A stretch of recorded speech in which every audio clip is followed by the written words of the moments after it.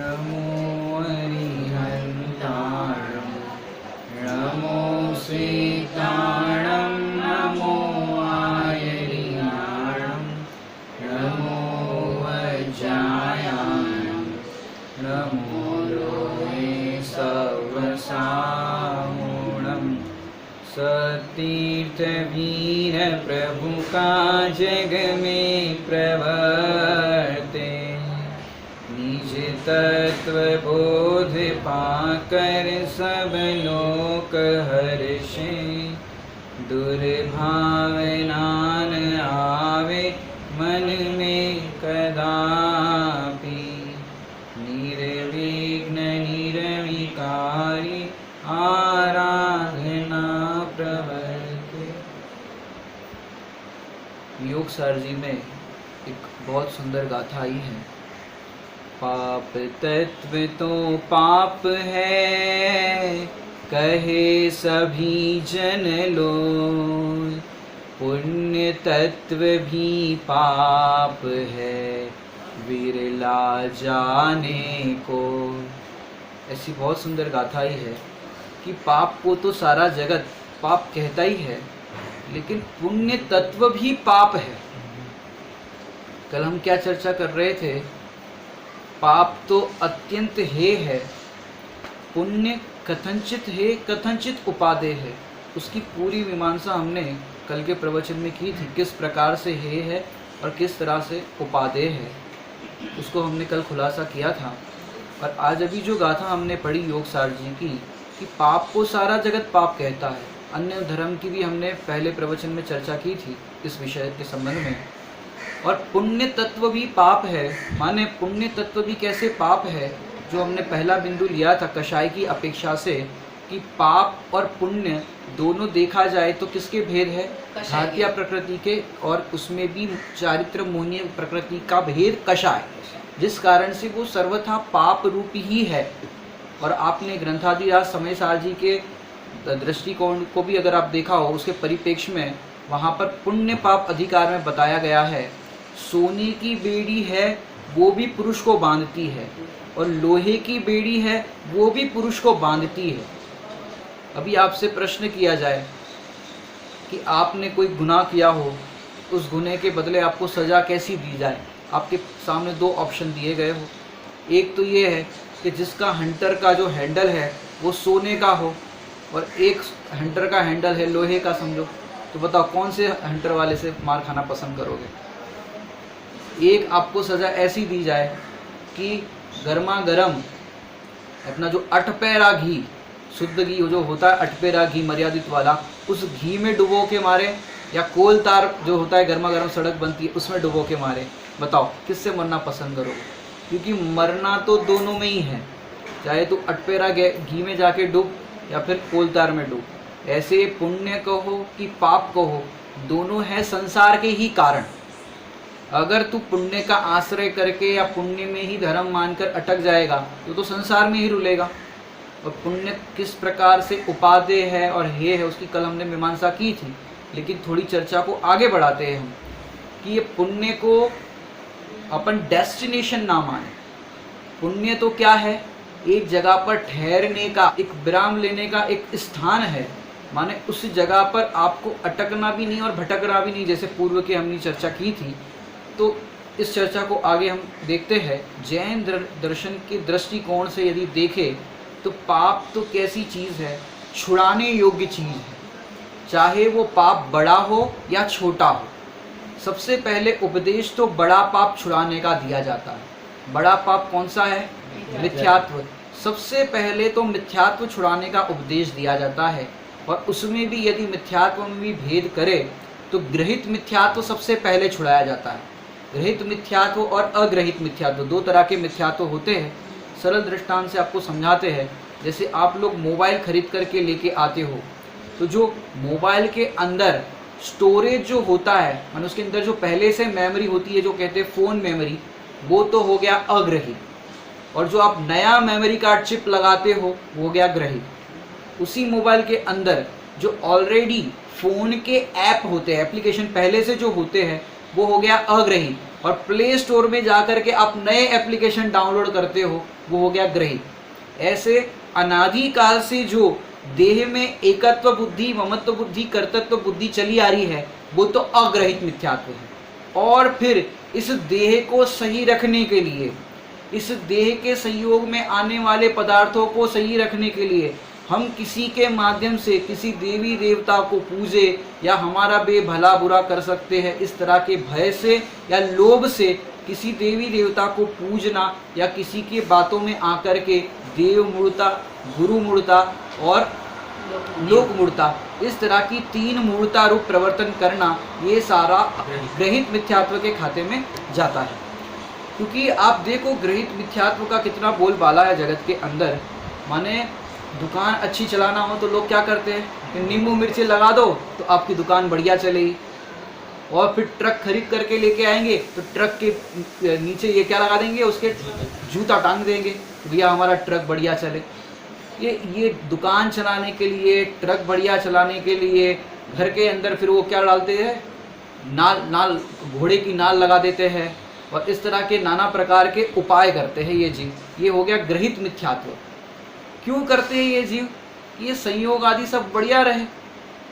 नींबू मिर्ची लगाते हैं, लेकिन देखो भैया दुकान आपकी अच्छी चले ना चले, लेकिन नींबू मिर्ची वाले के अच्छी चलेगी, क्योंकि सारे लोग उसके पीछे चले, हमें नींबू मिर्ची लगा रहे। तो ये जितने भी प्रकार के, माने कितने प्रकार के ग्रहित मिथ्यात्व हो गए। हमने तो एक बार देखा मुंबई के रेलवे स्टेशन पे, शाम का समय था, हम प्रतीक्षा कर रहे थे ट्रेन की, तो हमने देखा वहाँ पर जो वॉशरूम होता है, वो वॉशरूम के पास हमने देखा, वहाँ खड़े थे, ट्रेन की प्रतीक्षा कर रहे थे, साइड में खड़े थे, तो उसके अंदर हमने देखा कि जो वॉशरूम के वहाँ पर 1-2 रुपया 5 रुपया लेता है, पे एंड यूज़ होता है, तो वहाँ पर शाम के समय देखा उसने, जो वहाँ पर बाल्टी और मग्गा होता है वॉशरूम जाने का, उस पर अगरबत्ती घुमा रहा है।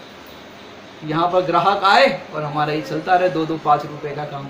माने इतना मिथ्यात्व, सोचो, ये है ग्रहित मिथ्यात्व। तो सबसे पहले तो ग्रहित मिथ्यात्व छुड़ाया जाता है।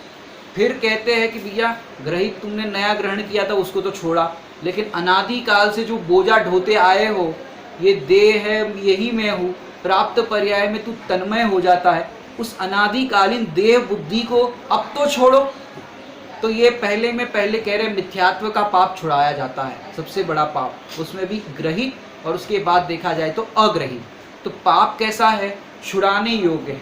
अब पुण्य कैसा है कि पुण्य करा के छुड़ाया जाता है। भाई छुड़ाना ही है तो करा काहे के लिए रहे हो, कि भैया तू पाप की भूमि में खड़ा है तो उस भूमि से तुझे हटा करके पुण्य की भूमि में लाते हैं। लेकिन पुण्य की भूमि में भी किस लिए लाते हैं कि भैया तुझे आगे की भूमि में जाना, इसलिए। जैसे कल हमने दृष्टांत दिया था धूप छाया वाला, वो इसी प्रकार लगा देना। तो पुण्य करा के छुड़ाना, ये पुण्य, ये जैन धर्म का दृष्टिकोण है। भैया कराना इसलिए है क्योंकि पाप में जीव इतना लिप्त हो गया था कि इसको शुद्धोपयोग रूपी भूमि में आने से पहले अपना जो पाप भाव है उसकी निंदा करा करके शुभ भाव की भूमि में आएगा, तब उसके परिणामों में मंद कसाय होगी, विशुद्धि होगी, उसके बाद ये आगे की भूमि में जा पाएगा। तो इस प्रकार पुण्य करा के छुड़ाया जाता है। अब धर्म कैसा है कि धर्म सदा के लिए प्रगटाना है। धर्म क्या, धर्म सदा के लिए प्रगटाना है। कि धर्म कितने टाइम के लिए करना है? देखो भैया पाप तो कुछ समय के लिए होता है, पुण्य भी कुछ समय के लिए होता है, क्योंकि अंतर्मुहूर्त में परिणमन हो जाता है। और धर्म का क्या है कि धर्म तो सदा के लिए, एक बार धर्म प्रकट कर ले फिर अपन फिर पाप पुण्य में आ जाए, उस भूमि में आ जाए, ऐसा नहीं। एक बार शुद्धोपयोग की दशा प्रकट कर ली तो फिर आनंद ही आनंद, आनंद ही आनंद, उत्तरोत्तर आनंद बढ़ जाएगा। तो अनंत काल तक अनंत सुख को भोगे, ऐसी तेरी परिणति हो जाएगी। तो सदा के लिए प्रगटाना है। अब धर्मी कैसा है कि धर्मी आश्रय भूत का ज्ञान कराना है। धर्मी का काम क्या है? आत्मा का काम कि जो आश्रय करने योग्य है उसका ज्ञान कराना है। ज्ञान कराना मतलब अब तक तूने पर पदार्थों का आश्रय किया, तो पर पदार्थों का आश्रय करने पर आज तक तू सुखी नहीं हो पाया। अब धर्मी कह रहा है तू अब तक इतने आश्रय करने के लिए भटका, पर का आश्रय आज तक हुआ नहीं। क्योंकि देखो एक थोड़ी टेक्निकल बात करते हैं, स्वपर का भेद विज्ञान और अपन जो कहते हैं ना, दो बात करेंगे। आत्मा में ज्ञान है, बराबर, आत्मा में ज्ञान है, तो ज्ञान का क्या ज्ञान का काम क्या है? ज्ञान का काम है जानना देखना। फिर से, आत्मा में ज्ञान है और ज्ञान का काम है जानना देखना। इस जानना देखने को अपन दूसरे एंगल से कहे तो आत्मा का एक गुण है स्वपर प्रकाश। तो आत्मा स्व को भी जानता है और पर को भी जानता है, बराबर। ज्ञान के एंगल में हमने इस तरह से घटित किया। ज्ञान का काम क्या है? स्व को भी जानना और पर को भी जानना। और पर को जानना पड़ता नहीं, पर आपको आप स्व में झलकते हैं दर्पणवत, बराबर। अब ज्ञान है वो स्व को भी जानेगा और पर को भी जानेगा। अब क्या हो गया कि दो ऑप्शन हो गए। तो श्रद्धा क्या करेगी कि ज्ञान ने जिसको जाना उसमें श्रद्धा अहम करेगी। तो अगर तू स्व को जानेगा तो श्रद्धा स्व में अहम करेगी, और पर को जानेगा तो श्रद्धा पर में अहम करेगी। और पर कितने हैं कि पर तो अनंत है, और अनंत वस्तुओं में या अनंत पदार्थों में अहम करना संभव नहीं। श्रद्धा तो करेगी अहम, तो एक में कर सकती है, एक के अंदर ही अहम कर सकती है। अब पर तो अनंत है तो इसमें अहम करना संभव नहीं। तो यदि ज्ञान स्व को जाने, स्व की श्रद्धा करे और स्व में स्थिरता करे, तो फिर स्व में स्थिरता करने पर क्या होगा? स्थिर हो नहीं जाएगा, लेकिन स्थिरता का प्रयास होगा चारित्र की भूमिका में, क्योंकि एकदम से तो स्थिर नहीं होगा, और वो प्रयास होने पर एक दिन वो स्थिर हो जाएगा। तो यहाँ पर समझाना क्या है कि आश्रयभूत तो ज्ञान स्वभाव ही है अपना। यदि उस ज्ञान स्वभाव को तू जानेगा तो उसकी श्रद्धा होगी। और हम क्या चाहते हैं कि भी आत्मा का श्रद्धान हो जाए, आत्मा का श्रद्धान हो जाए। तो होगा कैसे श्रद्धान? पहले उसको जानो तो सही। कैसे जाने?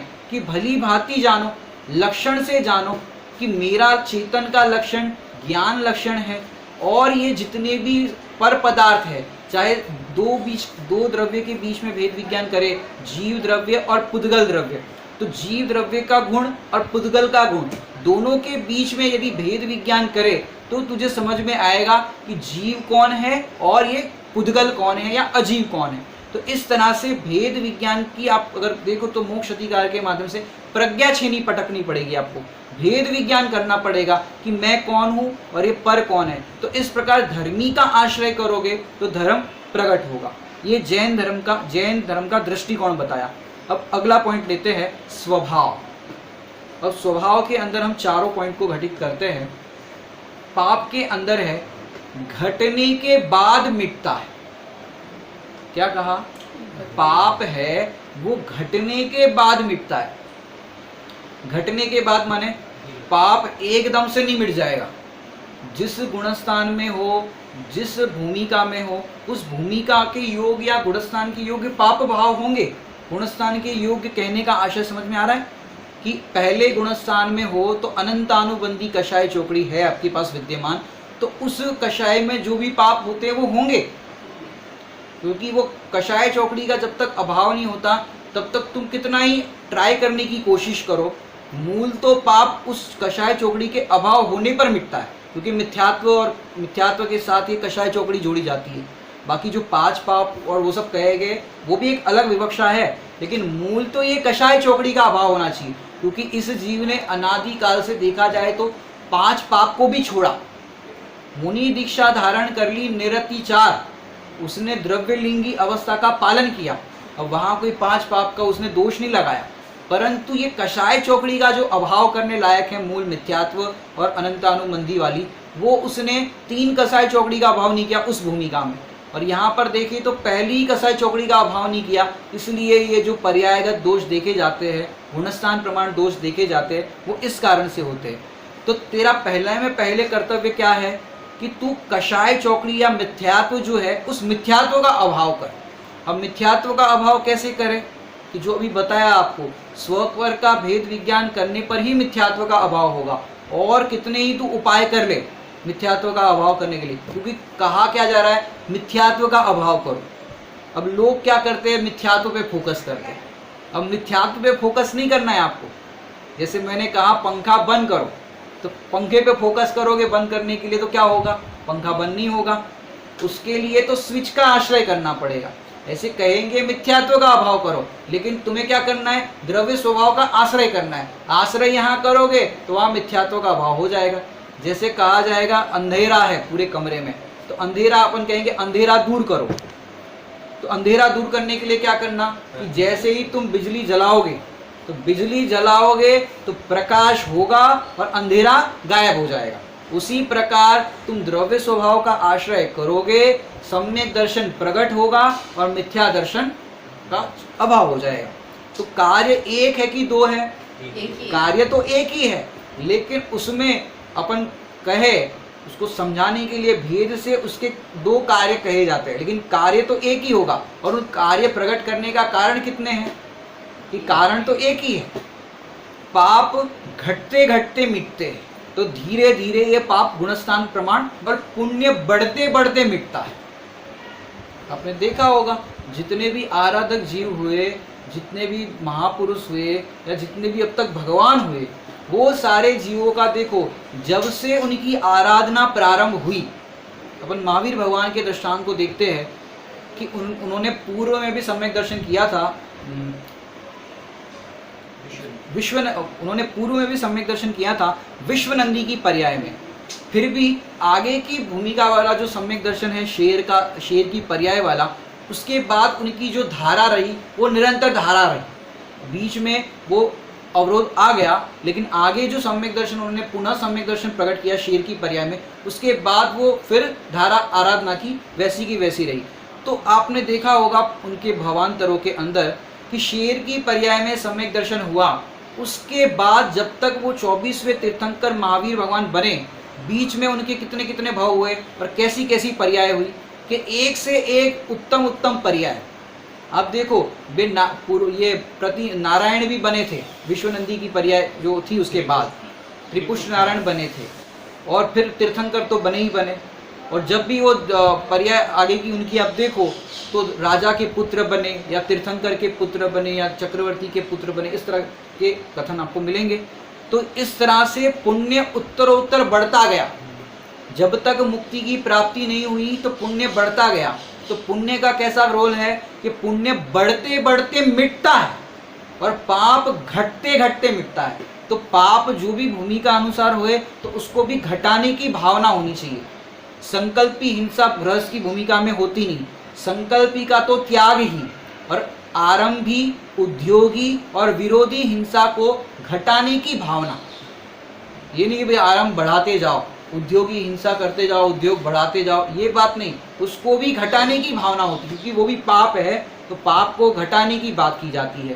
पुण्य को बढ़ाने की बात मतलब कि पुण्य आराधना के मार्ग में लगते हैं तो पुण्य उत्तरोत्तर बढ़ता ही जाता है जब तक मुक्ति की प्राप्ति नहीं होती तब तक। लेकिन आराधक जीवों को, धर्मात्मा जीवों को उस पुण्य के उदय में जरा सा भी आनंद नहीं लगता, क्योंकि ये पुण्य का उदय है, ये मेरा उदय नहीं है। ये तो आज है कल नहीं, लेकिन मेरा तो ज्ञान उदय है, मेरा तो भेद विज्ञान है, वो तो मेरे पास सदा ही है। तो ऐसा वे भेद विज्ञान करते जाते हैं, वो पुण्य के उदय को ठोकर लगाते। बड़े पंडित जी साहब कहते हैं, एक भी व्यक्ति ने दीक्षा ली हो, पुराण में आप पढ़ो, जितने भी महापुरुष हुए या सतिया हुई, पाप के उदय में परेशान होकर के, दुखी होकर के, चलो भाई अब दीक्षा ही ले लो, और तो कोई रास्ता है नहीं, घर परिवार में सब अनुकूल है नहीं, सब तरह से हमारी ऐसी हालत है, तो हम एक काम करते हैं दीक्षा ले लेते हैं। ऐसे दुखी होकर के, पाप के उदय से दुखी होकर के किसी ने दीक्षा नहीं ली। अब पुराण देखो, जितने भी जीव हुए, आप देखो सबसे उत्तम दृष्टांत आपको देते हैं चक्रवर्ती। चक्रवर्ती पुण्य के उदय की सामग्री को ठोकर मार करके दीक्षा ली उन्होंने। कहाँ तो देखो, मैंने चक्रवर्ती का वैभव, 96,000 रानियां, 6 खंड का वैभव, ये सब कुछ ठोकर मार के उन्होंने दीक्षा ली। तो यहाँ पर तो मोक्ष मार्ग ऐसा है, पुण्य के उदय को ठोकर मार करके आगे बढ़ने वाला मार्ग है। पाप के उदय से भयभीत होकर के फिर इस मार्ग में लग जाए, ये बात यहाँ पर नहीं। यहाँ पर तो पुण्य का उदय चाहे जितना आ जाए, लेकिन ज्ञानियों को लगता है ये मेरा उदय नहीं, मैं तो इससे भिन्न हूँ। तो इस तरह के पुण्य करा के छुड़ाया जाता, पुण्य बढ़ते बढ़ते मिटता है। इस पॉइंट पर चर्चा हुई। अब धर्म कैसा है? धर्म के लिए यहाँ कहते हैं वो सदा के लिए प्रगटाना है। क्या है? सदा के लिए प्रगटाना, क्योंकि अनंत काल तक ये प्रगटा हुआ रहेगा। और धर्मी कैसा है कि धर्मी तो अगुरु लघु है। देखो हमने पाप में क्या बात की, पाप है वो घटते घटते मिटते हैं, माने घटने बढ़ने की बात हुई, बढ़ता नहीं है, घटते घटते मिटते हैं। पुण्य में क्या की, बढ़ता बढ़ता मिटता है। और धर्मी तो कह रहे सदा के लिए प्रगटाना है, अभी प्रकट नहीं है समझो रत्नत्रय और आगे के भी धर्म जो है, तो कह रहे सदा के लिए प्रगटाना है। और फिर धर्मी के लिए क्या कह रहे हैं कि धर्मी तो अगुरु लघु है। अगुरु लघु है माने घटाना भी नहीं है और कुछ बढ़ाना भी नहीं। आपने पढ़ा होगा बड़े पंडित जी की रचना में भी आता है, नहीं जन्मू नहीं मरता, नहीं घटता नहीं बढ़ता, अगुरु लघु रूप ध्रुव ज्ञायक, सहज जीवन हमारा है। अहो चैतन्य आनंदमय, सहज जीवन हमारा है। अगुरु लघु माने मैं घटता भी नहीं हूँ और बढ़ता भी नहीं हूँ। कितनी सुंदर सी बात है। आत्मा ऐसा है कि उसमें कुछ भी नहीं घटता, चाहे जो पर्याय में चला गया। अपमान होने पर तो मैं घटता हूँ कि नहीं घटता? नहीं। जरा सा कोई कुछ कह दे हमें, घर वाले कह दे, बाहर वाला व्यक्ति कुछ कह दे, तो कैसा लगता है हमें? मेरे में कुछ कम हो गया, मेरी इंसल्ट हो गई। तो मेरी इंसल्ट हुई, यार मेरी इंसल्ट कोई कर सकता है? मेरे में माने जरा सा कोई कुछ कह दे तो हमको लगता है मेरे में कुछ घट गया, और जरा सा कोई प्रशंसा कर दे, हाँ साहब हाँ साहब हाँ साहब, तो कैसा लगता है? मैं बढ़ गया। अरे मैं बढ़ता भी नहीं हूँ और घटता भी नहीं हूँ, ऐसा कह रहे आचार्य भगवान कि तू बढ़ता भी नहीं है और घटता भी नहीं है, तू तो ज्यों का त्यों रहता है। अब ज्यों का त्यों रहता है उसको देखने में आनंद नहीं आता। तू अपने को जैसा द्रव्य स्वभाव है, जैसा ध्रुव स्वभाव है, वैसा नहीं देखता, ये तेरा अपमान है।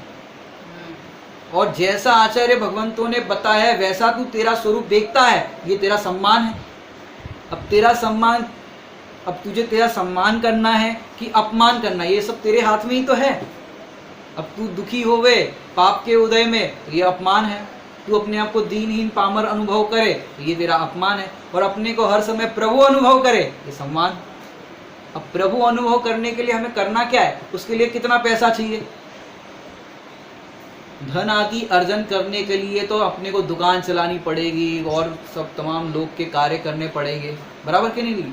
लेकिन ये भेद विज्ञान के माध्यम से तू जब चाहे तब ये भेद विज्ञान करके आनंदित हो सकता है। ये लॉकडाउन के अंदर भी तेरी कमाई तो चालू ही है, बाहर की कमाई भले ही लोगों के बंद हो गई हो, लेकिन ज्ञानी धर्मात्माओं की कमाई कभी बंद नहीं होती, उनकी दुकान कभी बंद नहीं होती। क्यों? ज्ञानियों का कौन सा व्यापार है भैया? हमें भी कोई बताओ, ऐसी कोई स्कीम हो, ऐसा कोई बिजनेस हो तो बताओ। तो भैया बता रहे हैं ना, लॉकडाउन के अंदर तो आपको ये बिजनेस का कमाने का ऐसा अवसर मिला है कि जो पहले कभी नहीं आया था। समझो आपने कभी ये 100 साल में भी नहीं देखा होगा, जितने लोग अभी जी रहे हो सबने ऐसा अवसर आया है। इस अवसर के अंदर आप ऐसी कमाई कर रहे हो जो अनंत काल तक काम आएगी। सवेरे से लेकर के आप पूजन विधान स्वाध्याय प्रवचन अनेकों विद्वानों का लाभ, अपना स्वाध्याय भी जो ग्रंथों का करते वो, प्रवचनों का लाभ, भक्ति का लाभ, सामायिक का लाभ, लाभ ही लाभ है, यहाँ घाटा नहीं है।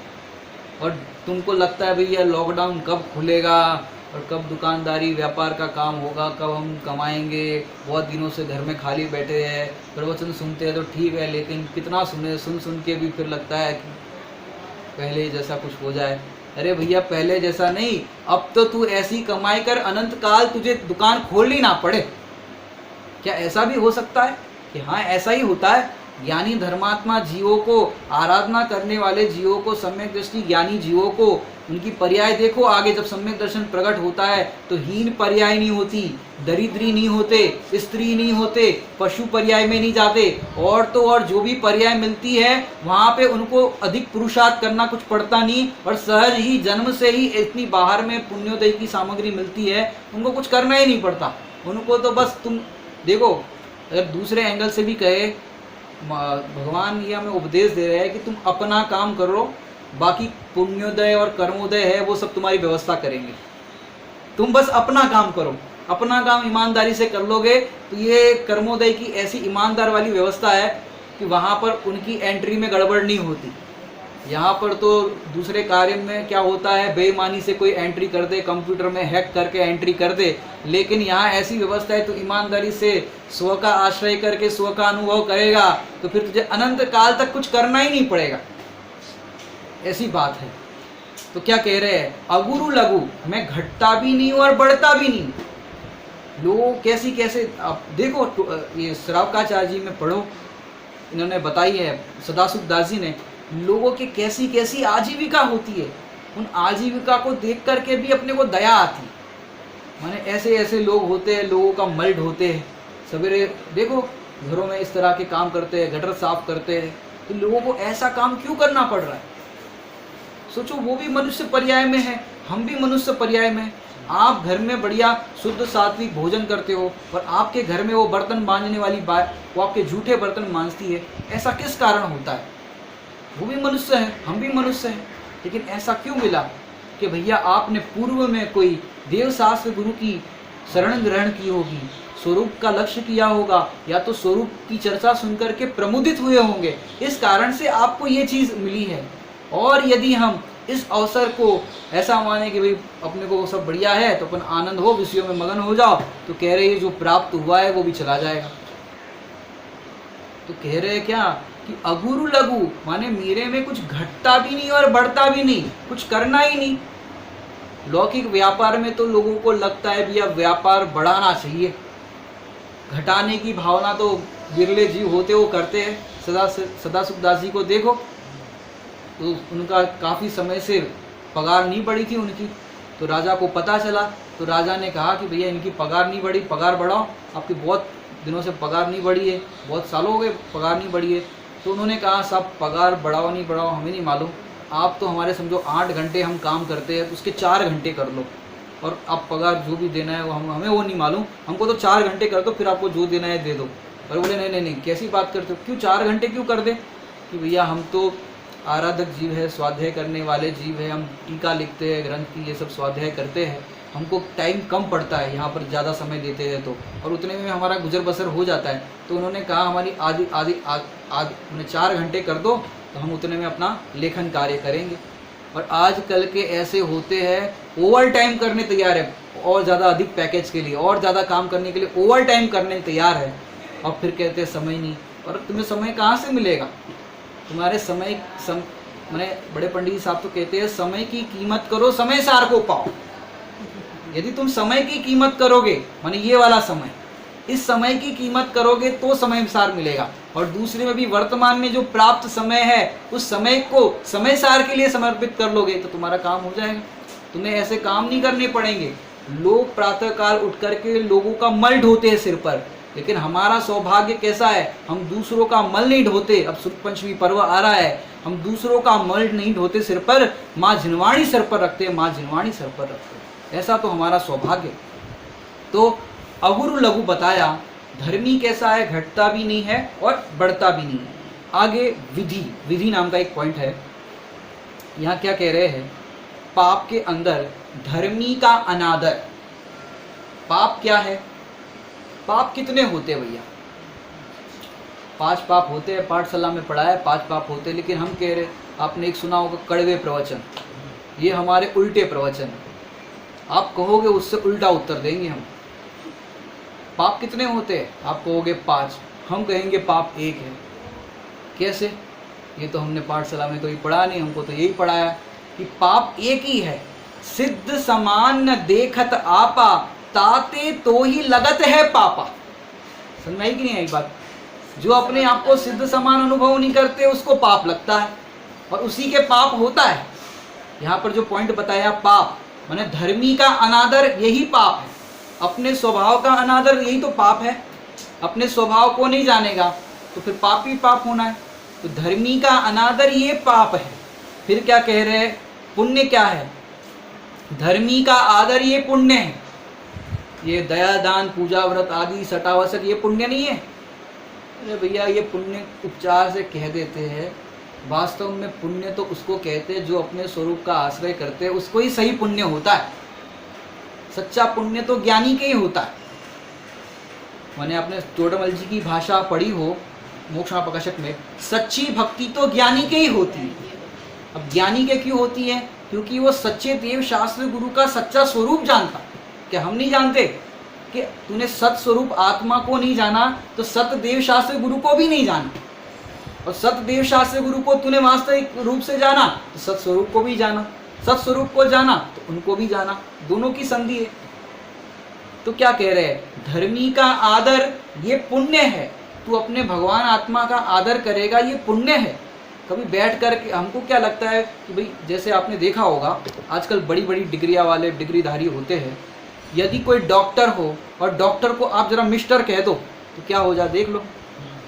डॉक्टर को मिस्टर कह लो, कोई माने, ये तो समझाने की बात है। अगर आपको नहीं होता ये तो बहुत अच्छी बात है, लेकिन यदि ऐसा होता है कि हमारा नाम डॉक्टर आना चाहिए या पंडित आना चाहिए इस तरह से, तो ये भी एक अंदर में कैसा हो जाता है, डॉक्टर, पंडित या जो भी बाहर की फैकल्टी वाले होते हैं, इंजीनियर इत्यादि, तो हमको उसका आदर में अपना आदर लगता है। लेकिन यहाँ क्या कह रहे हैं कि तेरा आदर तो कैसा है, सत्स्वरूप भगवान आत्मा को जानेगा तब तेरा वास्तव में आदर है। तो क्या कह रहे हैं यहाँ पर? धर्मी का आदर सो पुण्य, धर्मी का अनादर सो पाप। फिर धर्म में क्या कहते हैं? धर्म में कहना ही क्या, ये धर्मी का तू आश्रय कर तो तुझे सारे प्रयोजन की सिद्धि हो जाएगी। धर्म कैसा है? धर्मी का आश्रय से प्रकट होता है। और धर्मी कैसा है? निष्क्रिय। धर्म में क्या बताया? धर्मी का आश्रय। और धर्मी में क्या रहा? निष्क्रिय। निष्क्रिय माने क्या? कुछ करना ही नहीं है। धर्मी में कुछ करना ही नहीं है, आत्मा में कुछ करना ही नहीं है। तो कहते हैं आत्मा का अनुभव करो, आत्मा का आश्रय करो, ये करने की बात तो करते हैं कि वो एक समझाने की शैली है, करना सो मरना। हाँ, अगर आगे की बात करें तो फिर पचे नहीं पचे।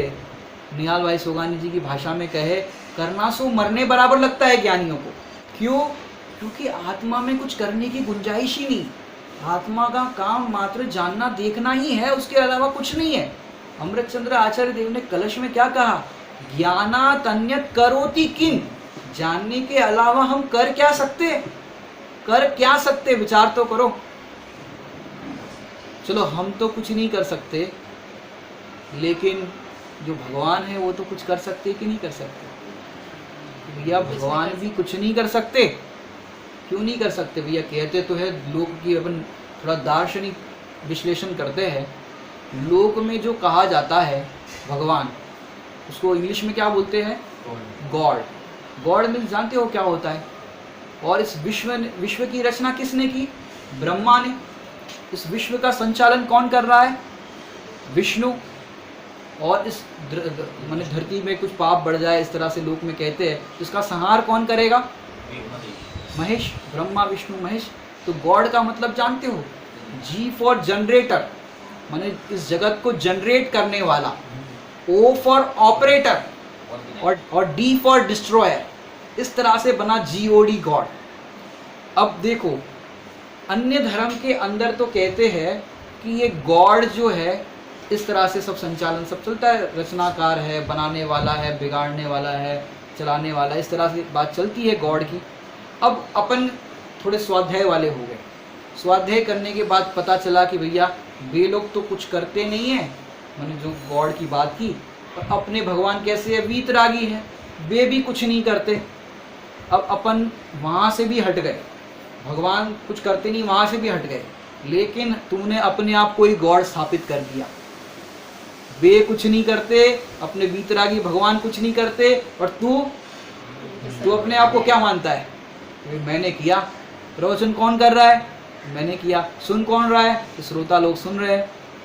अरे भैया मैं भी प्रवचन करने वाला भी नहीं हूँ, आप सुनने वाले भी नहीं हो, मैं भी जानने वाला, आप भी जानने वाले, लेकिन हमको अंदर में ऐसा मिथ्या तो बैठा है। रोटी किसने बनाई? रोटी मैंने बनाई। ये गाड़ी कौन चला रहा है? मैं चला रहा हूँ।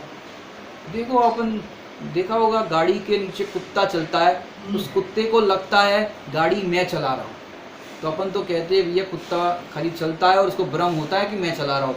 चलो वो कुत्ते को तो भ्रम हो गया कि वो चला रहा है, और जो गाड़ी में बैठ करके ड्राइविंग करता है वो चलाता है कि नहीं चलाता? वो भी नहीं चला पाता। कि जैसे कुत्ता गाड़ी के नीचे चलता है तो मानता है कि मैंने गाड़ी चलाई, मैं गाड़ी का चलाने वाला हूँ, और जो गाड़ी में बैठा हुआ ड्राइवर जो ड्राइव कर रहा है वो तो चला रहा है कि नहीं चला रहा है?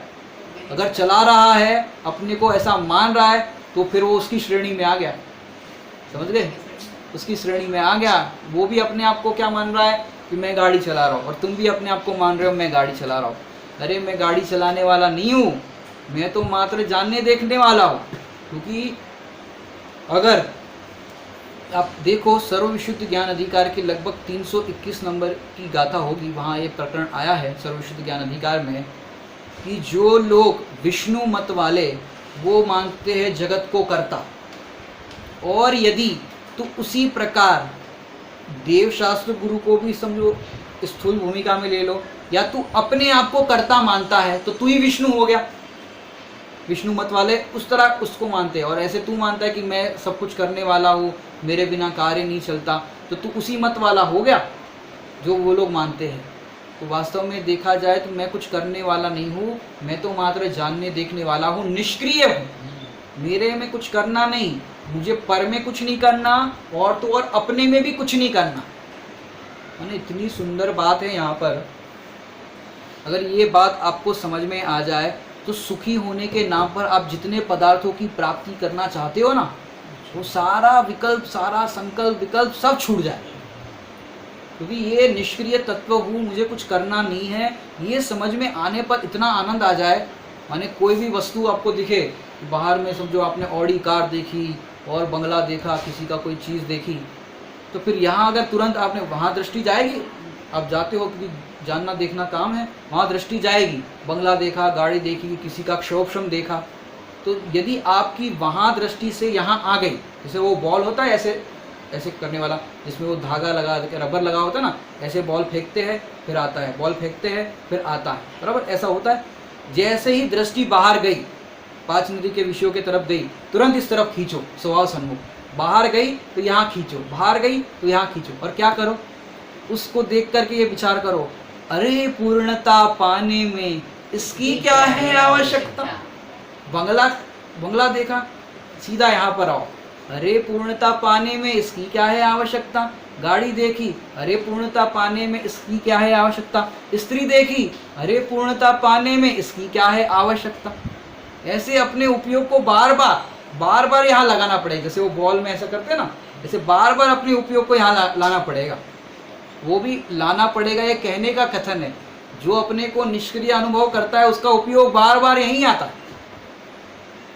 जैसे आप स्थूल दृष्टांत देता हो, उपयोग कैसे आता है, जैसे आप लोग ने कभी मौसम्बी खाई, मौसम्बी माने जिसके रेसे वगैरह होते हैं, ऐसी कोई चीज़ खाई हो आपने, तो कोई चीज़ दांत में अटक जाती है, धागा ऐसा होता है उसके मौसम्बी वगैरह के, तो अब धागा ऐसा उसका अटक गया, रेसे अटक गए।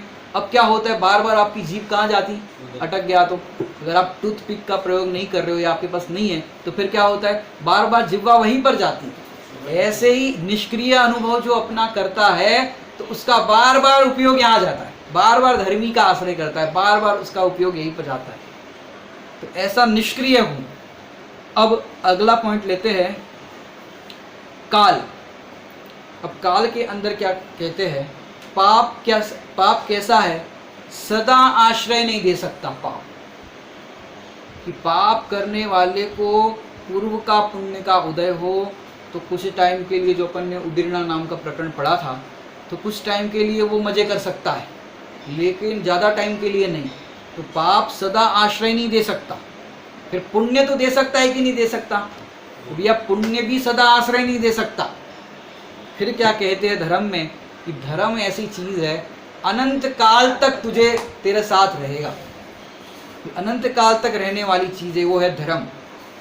धर्म ये सच्चा साथी है। भजनों में भी अनेक भजनों में आता है, धर्म सच्चा साथी है। चिर रक्षक धर्म हमारा हो, वो धर्म हमारा चिर साथी, लंबे काल तक रहने वाला साथी। और बाकी ये घर परिवार में जो अपने है, पत्नी है, बच्चे है, पति है, ये साथी है कि नहीं। और वहाँ तो आजकल के नवयुवक होते हैं, शादी होती है तो कैसे कैसे बोलते हैं, क्या बोलते हैं, जन्म जन्म का साथ है तुम्हारा हमारा, इस जन्म जन्म तक रहेंगे। अरे भैया जन्म जन्म तक रहोगे, इसी जन्म में तुम झेल लो। आपने वो कहानी यदि पढ़ी हो, करवा चौथ की कहानी आती है। करवा चौथ की कहानी के अंदर मैंने साहित्य है, हिंदी साहित्य में एक कहानी लिखी है। वो जो लेखक ने स्त्री के दुख का वर्णन किया है करवा चौथ के दिन, माने करवा चौथ के दिन क्या होता है, अन्य धर्म की बात है, अपने यहाँ पर नहीं होता, फिर भी समझाने के लिए वैराग्य की बात है। करवा चौथ के अंदर क्या होता है कि उस दिन पत्नी जो है पति की लंबी उम्र के लिए व्रत करती है, माने उस दिन सवेरे से भोजन नहीं करेगी, शाम को वो चंद्र का मुख देख, माने चंद्रमा का मुख देख कर, चंद्रमा को देख करके फिर कुछ पति के हाथ से भोजन ग्रहण करेगी, सवेरे से वो भूखी रहेगी। इस तरह का व्रत है। एक तो पति की लंबी उम्र के लिए, और दूसरा अगले भवों में पति यही मिले, इसके लिए ये व्रत करती है। तो यहाँ वो बात है। अब उसमें उसका दुखद वर्णन क्या किया कि इस जन्म में ही पति के साथ इतनी नोक झोंक होती है, इतना सब कुछ क्लेश होता है, इतना सब कुछ ये होता है, अब मैं ये व्रत किसके लिए कर रही हूँ कि ये उसकी लंबी उम्र हो और अगले भाव में यही पति मिले। उसका मैंने दुखद वर्णन किया कि मैं इसी पति को फिर से डिमांड कर रही हूँ कि जो हम रह नहीं पा रहे ढंग से, तलाक तक की नौबत आ गई। तो ऐसे ऐसे वहाँ पर भी दुखद वर्णन बताया। तो कहना क्या है कि जहाँ जहाँ पर का आश्रय जीव करेगा सुखी होने के लिए, वहाँ वहाँ दुख की प्राप्ति होगी, और जीव जब सुख का आश्रय करने के लिए स्वभाव का आश्रय करेगा, वहाँ तो उसे सुख मिलना ही मिलना है, दुख का तो प्रश्न ही नहीं। तो क्या कह रहे हैं, धर्म अनंत काल तक रहेगा, तो जो अनंत काल तक रहेगा उसकी प्राप्ति करो ना। जो चीज़ छूट सकती है, जिसमें सुख नहीं है, उसकी प्राप्ति क्यों करना, जो अनंत काल तक रहे उसकी प्राप्ति करो, वो है धर्म। अब धर्मी कैसा है कि धर्मी तो अनादि अनंत तेरे पास ही है, तेरा प्रभु तुझ में ही डोले, तेरा प्रभु तुझ में ही विराज रहा है। डोलता तो संसार में, एक बार बड़े पंडित जी बोले, भजन लिखने वाले लिख दिया कोई बात नहीं, लेकिन अपन उसका भाव समझो कि तेरा प्रभु तुझ में डोले नहीं, तुझ में विराजे, शाश्वत तेरा प्रभु विराज रहा है। और डोलता कौन है कि जो शाश्वत प्रभु की ओर नहीं देखता है वो संसार में डोलता है, ऐसा बड़े पंडित जी साहब एक बार बोले। तो धर्मी कैसा है, अनादि अनंत, अनादि काल से है और अनंत काल तक तेरे पास है। अब तू उसकी ओर देखे तब बात है ना। जैसे आप लोग वो खेलते हो, क्या कहते हैं, छुपा छुपी, क्या कहते हैं हिंदी में, लुका छुपी। आप लोग बचपन में खेला होगा आपने लुका छुपी, इंग्लिश में कहते हैं हार्ड एंड सीक। उसके अंदर एक व्यक्ति होता है, वो सारे लोगों को खोजता है, इस तरह से होता है, टर्न होता है, तो एक व्यक्ति सबको खोजता है। अब उसने आंखों पे पट्टी लगा दी या आंखें बंद कर दी, अब सारे लोग छुप गए, अब सारे लोग छुप गए। अब जितने लोग छुपे हैं वे बाहर आने के लिए तैयार है कि नहीं, तैयार है कि वे लोग तो तैयार है, तू बस उसको देख भर ले कि तू यहाँ पर है, ऐसा देख भर ले, तो जिस व्यक्ति को तूने देखा और कहा यहाँ छुपा है वो बाहर आने के लिए तैयार है। ऐसे ये 9 तत्वों में छिपी हुई ज्योति भगवान आत्मा, इसमें जीव तत्व, वो तो तुझे दर्शन देने के लिए सदा काल तैयार है। कैसे, रात को भी तैयार है, दिन को भी तैयार है, 24 घंटे ऑल टाइम अवेलेबल। बस तू एक बार देख ले, ये चैतन्य ज्योति जो ज्ञान है, जानन है, वो मैं हूँ। ज्ञाता है सो ही मैं ही हूँ, दृष्टा है सो ही मैं ही हूँ, चेतक है सो ही मैं ही हूँ। ऐसा जो अनुभव करता है उसी समय उसको अनुभव हो जाता है। वो तो दर्शन देने के लिए तैयार बैठा है और तू दर्शन करने के लिए पुरुषार्थ नहीं करता उसका, ये तेरी गलती है। तो क्या कह रहे हैं, पाप सदा आश्रय नहीं दे सकता, पुण्य सदा आश्रय नहीं दे सकता, और धर्म अनंत काल तक रहेगा। और धर्मी कैसा है, अनादि अनंत है। ऐसे हम धर्मी का आश्रय करके धर्म प्रकट करें, इसी मंगल भावना से विराम लेते हैं। ओम नमः सिद्धेभ्यो।